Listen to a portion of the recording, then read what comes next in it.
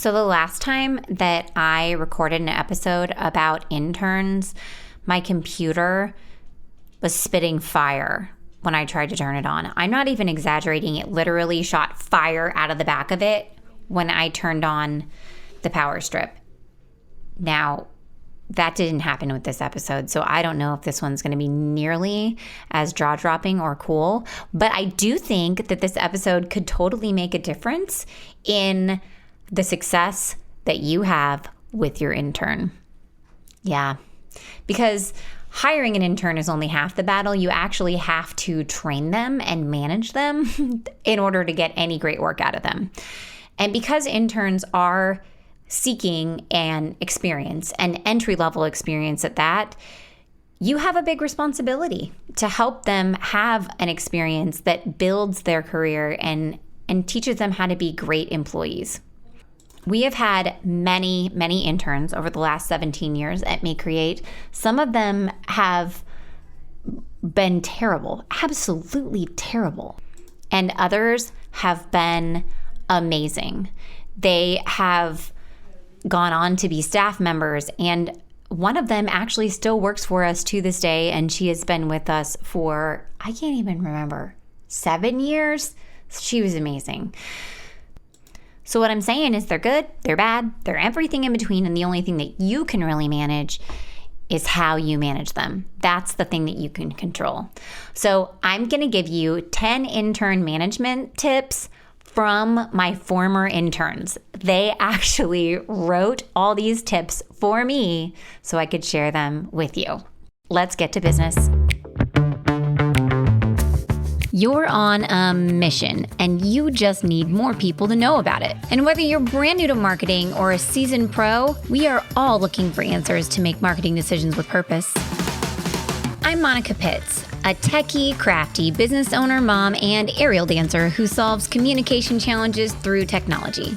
This podcast is all about digging in and going digital. I'll share my marketing know-how and business experience from almost 20 years of misadventures. I'll be your backup dancer so you can stop doubting and get moving towards marketing with purpose. When I first started MayeCreate, I always had an intern, because I was working inside of a real estate firm, and I had to do all kinds of flyers for all of the, every open house, every listing. I was responsible for making all that stuff. And all of those things were extremely cyclical tasks. They were very routine, and if you could copy and paste, you could make those flyers. I had it all templated. I had a very specific process. So those interns allowed me to be able to focus on other things, like bringing in new clients and building websites and doing custom work for people that the interns were not capable of doing. And they also allowed me to actually make somewhere near the amount of money that I sort of needed to be able to eat, right? Which for the first couple of years was hard. But now we've got that, okay? It just keep doing. Okay, so through the years, I've had a lot of different interns. And 2 in particular actually wrote this article for me a few years ago. So I'm going to go through their 10 tips for intern management. Let's start at the top with number 1. Make sure that your intern's work area is ready when he or she arrives for work. So for example, if you plan on providing a desk for your new intern, then make sure it's cleared off and prepped for their work with office supplies. Or you're going to have to show them how to set up their computer. You're going to have to show them where to find the office supplies. You're going to have to tell them what they might need. So you can anticipate those needs and you can welcome them by setting it up for them.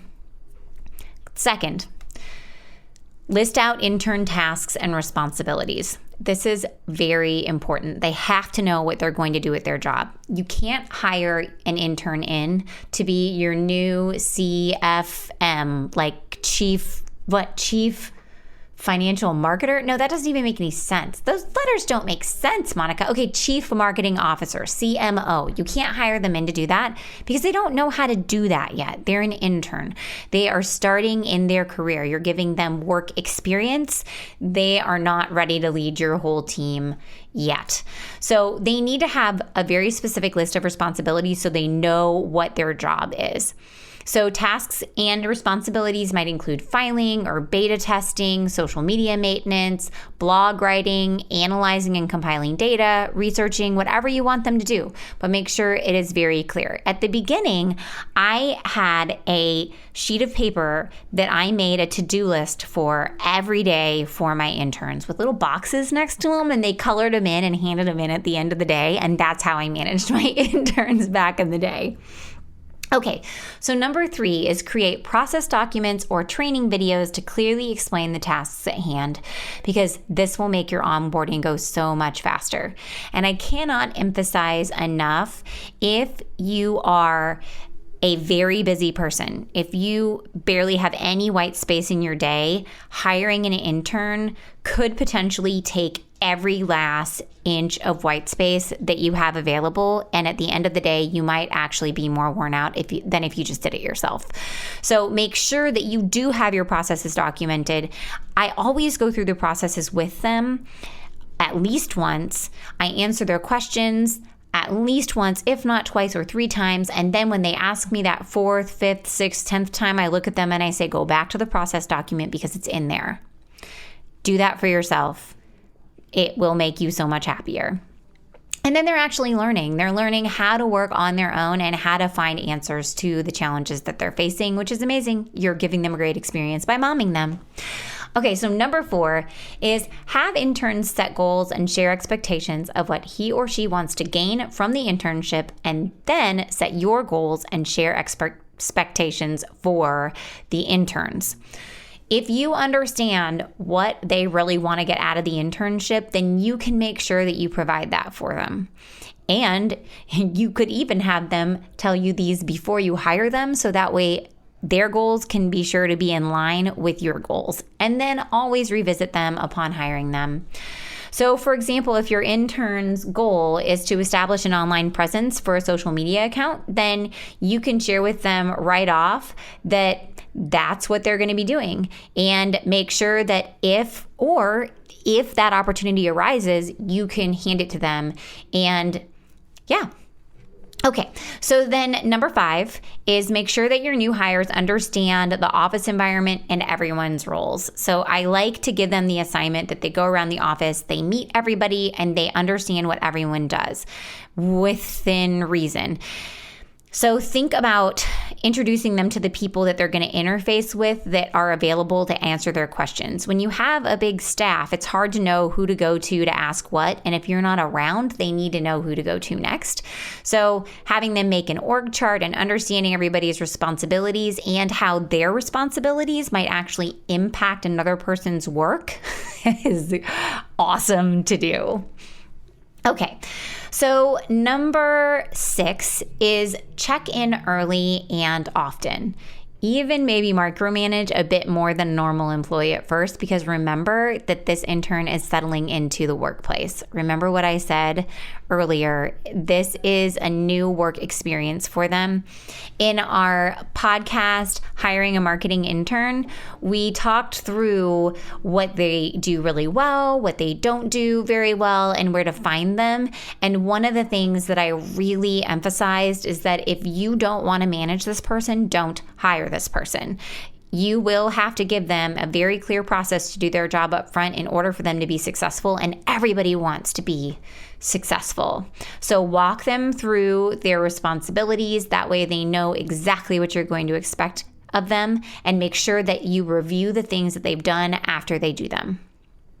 Okay, number 7 is train on how to manage their day-to-day activities, because attending school and juggling a part-time job and homework still does not actually prepare people to manage their day in an office. It really doesn't. I probably provide more training on how to keep a to-do list and prioritize work and manage a calendar than I do on anything else. Time management is something you are absolutely going to be teaching your intern. Now, some people are born with amazing time management skills, and if you find an intern like that, will you send him my way? Because I want to hire him too. Okay, actually, I want to hire them once you get done with their internship as a full-time employee, right? Because that would be so amazing. I just love it.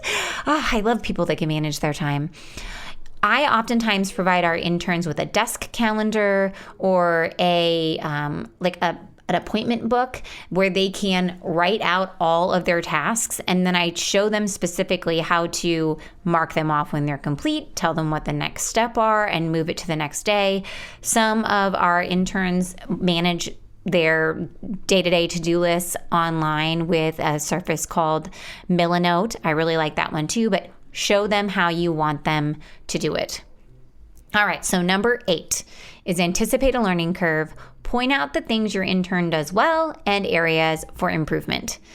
Okay, so we don't want to be, oh my goodness, I just watched Dance Moms for the first time ever. Can you believe that? It's 2022 and I've never watched this show. Yeah, well, my kid was watching it and I got totally sucked in, and then I was totally grossed out that I was even watching it, and I've now vowed never to watch it again. But ultimately, the lead dance instructor personer, and I don't even know her name, which is probably not a bad thing. The only thing she ever says is negative stuff. She never says positive stuff. Somebody needs to teach that lady how to give a constructive criticism sandwich. Okay? You have to lead what they did well, lead with it. Tell them what they did well. And then make sure that you let them know what they didn't do as well and why it didn't work out as well, and then tell them something else that they did well. It's a sandwich. You see how that works? You make them feel good about themselves. Otherwise, they think that everything that they did was wrong. Now, they're probably going to zero in on the criticism because that's what human beings do, but you don't have to lead them with an entirely negative experience after reviewing their work. Make sure that you are giving them constructive criticism and that you are telling them all the things that you absolutely love so that way they keep doing it. Okay, so number 9, keep daily tasks or projects specific. Try not to make your interns juggle as much as a full-time employee. Your intern's time is limited, and it's likely he or she doesn't have a fully developed skill set for problem solving in your work environment. Those skills build with experience. Yes. So don't ask them for an article about the Olympics when what you really want is an article about the U.S. Olympic standing in overall medal count. It's got to be specific, right? So I really feel like if you can give them a specific cyclical task, they are going to succeed and they're going to get better and better at it. And then you can give them more and more responsibilities. But if you just hire them in and you expect them to self-manage and do all these things and read your mind, they can't do it yet. They can't read your mind yet. Maybe eventually they can, but they cannot right now, probably. All right, so last but not least, number 10, when hiring for school year interns, consider onboarding during the summer when they have fewer distractions, and then keep them on throughout the school year. I cannot tell you how many interns I've hired at the beginning of the school year and then just wanted to pull my hair out the entire time that I tried to manage them. Students during the school year have so many more distractions and so many responsibilities because their first priority is school. And we need to realize that when we hire them in.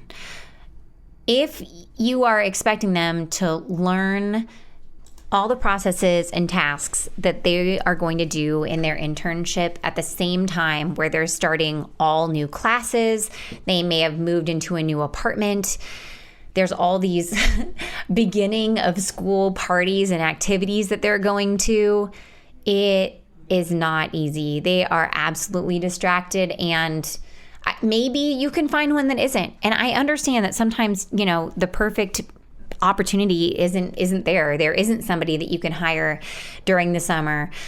However, if you can hire your intern and bring them in before school starts, even for a few weeks, and then allow them to come into the workplace and do their job, it's going to be so much more productive for you. They just have a lot on their plates. So before I let you go, let's recap these 10 intern management tips from my past interns. They say, number 1, make sure your intern's work area is ready for them when they arrive. 2, list out their tasks and responsibilities. 3, create process documents or training videos to clearly explain tasks at hand because it's going to make your onboarding go so much faster. Number 4, have interns set goals and share expectations of what they want to gain from the internship, and then set your goals and share your expectations for the interns as well. Number 5, make sure that new hires understand the office environment and everyone's roles. Number 6, check in early and often, even micromanaging. And this is from the interns. They said even micromanaging a bit more than a normal employee at first, because remember that they are settling into the workforce. Number 7, train on how to manage day-to-day activities, because even though they have been attending school and juggling a part-time job and homework, it still doesn't prepare them to manage their day in an office. Number 8, anticipate a learning curve and point out things that your intern does well and areas for improvement. Remember, we want to have the constructive criticism sandwich. You want to compliment, constructively criticize with why, and then compliment again. And then number 9, keep daily tasks or projects specific and try not to make them juggle as much as a full-time employee, because they're not full-time employees, even if they're there full-time. This is a new thing for them.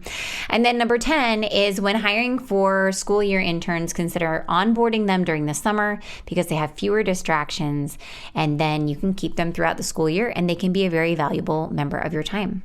So I want to thank Allison and Carly because they're the ones who wrote these all out for us. And they are interns of yesteryear. They're like now adults on with their lives doing amazing things.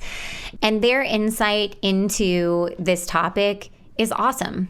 And this is a great example of something that an intern can do for your organization really, really well. They can help you see things from a different perspective because they have a different perspective. They haven't been in your organization forever. They don't know how things are done, and they haven't been in the workforce forever. They are a younger generation that can help us learn from their perspective. So they can bring a lot of great things to your team. Now, if you're on the fence about hiring an intern, hop back over to my hiring an intern episode. It will give you kind of the ins and the outs of what I really feel like an intern can do well for your organization. And it will also talk about who should not hire interns, like when you would not hire one. And then last but not least, I talk about where you can find interns in your community. So if you enjoyed this episode or if you learned a thing or two, will you give me a review? Because reviews help me show up when people search for the types of problems that I help folks solve in this podcast. It can help me meet more people just like you. And man, the more problems I can solve, the happier I am. So please give me a review. Thank you so much in advance. And until next time, go forth and market with purpose.